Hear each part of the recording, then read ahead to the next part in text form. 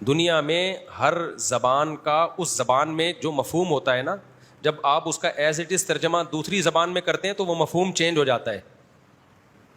اب غلام کا لفظ عربی میں لڑکے کو کہتے ہیں نا، لڑکے کو اردو میں کسے کہتے ہیں؟ جو غلام ہوتا ہے اردو میں کسے کہتے ہیں؟ یعنی جو آپ کا ماتحت ہوتا ہے نا، اس کو غلام کہتے ہیں. اب کوئی کہے کہ زکریا علیہ السلام کو قرآن نے بشارت دی تھی کہ حضرت مریم کو بشارت دی تھی لِأَهَبَ لَكِ غُلَامًا زَكِيًّا، اے مریم میں تجھے غلام کی بشارت دے رہا ہوں. اور پھر کہیں کہ عیسیٰ علیہ السلام کو قرآن نے غلام کہا ہے. یقیناً قرآن نے عیسیٰ علیہ السلام کو غلام کہا ہے، لیکن اردو میں غلام نہیں کہا، عربی والا غلام کہا ہے. عربی میں غلام لڑکے کو کہتے ہیں. تو پیغمبر کبھی غلام ہو سکتے ہیں کیا؟ سوال ہی پیدا نہیں ہوتا. تو اب کوئی پروپیگنڈا شروع کر دے کہ یہ اللہ نے عیسیٰ علیہ السلام کو غلام کہا ہے، غلام کہا ہے. بھائی ہم کہیں گے وہ عربی والا غلام کا ہے.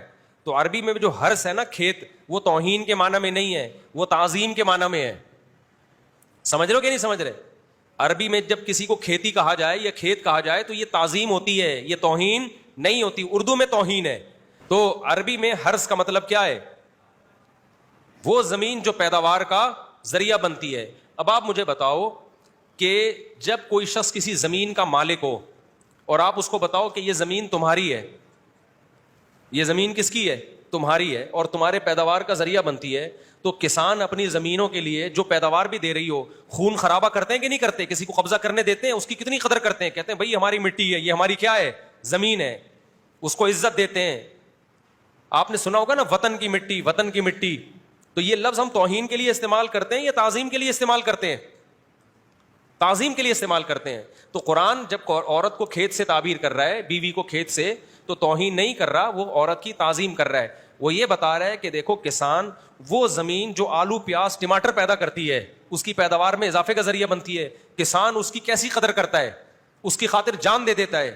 تو وہ عورت جو تمہاری بیوی ہے، جو پیداوار پیدا کر رہی ہے، اور پیداوار میں آلو پیاز ٹماٹر پیدا نہیں کر رہی، جس سے پیغمبر پیدا ہوئے ہیں، جس سے علماء پیدا ہوئے ہیں، جس سے مجاہدین پیدا ہوئے ہیں، جس سے سائنسدان پیدا ہوئے ہیں، کمانے والے بازو پیدا ہوئے ہیں، تمہارے نسب کی حفاظت کرنے والی اولاد پیدا ہوئی ہے، تو اس کی اور زیادہ قدر کرو. عورت کی سب سے بڑی کوالٹی جس کی وجہ سے اس کی قدر کی جائے گی وہ یہ ہے کہ وہ انسانوں کی نسل میں اضافہ کرتی ہے. اصل میں یہ جو فیملی پلاننگ والے ہیں نا، انہوں نے اس کو توہین کا لفظ بنایا ہے.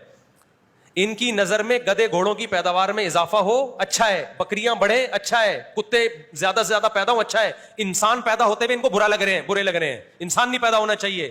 اسلام کہتا ہے عورت کا اتنا اونچا مقام اللہ کی نظر میں سب سے بڑی وجہ اس مقام کی ہے کہ یہ انسانوں کی پیدائش کا ذریعہ بنتی ہے. نہیں یہ بات میرا خیال ہے آج ہم جو یہاں بیٹھے، ہماری ماؤں نے ہم کو پیدا کیا ہے، تکلیفیں اٹھائی ہیں. سید الانبیاء صلی اللہ علیہ وسلم کی والدہ نے تکلیف اٹھائی تھی جو محمد صلی اللہ علیہ وسلم پیدا ہوئے. اسلام نیک لوگوں کو ترغیب دے رہا ہے، کس کی؟ نسل بڑھانے کی. اور بیوی کی قدر دل میں بٹھا رہا ہے کہ یہ ہے وہ عورت جس کی وجہ سے تمہیں کیا ملیں گے؟ انسان ملیں گے، مختلف شکلوں کے انسان ملیں گے. کوئی ڈاکٹر بنے گا، کوئی انجینئر بنے گا، کوئی سائنٹسٹ بنے گا، کچھ نہیں بنے گا، مزدور بنے گا جو کچھ نہ کچھ کما کے تمہارے گھر میں لے آئے گا، اور کمانے والا بھی ہوگا. اور ہم تو دنیا کے فائدے کو اتنا نہیں دیکھتے، اصل تو آخرت ہے. اصل بات یہ مرنے کے بعد بھی تمہارے نام کو زندہ رکھے گا.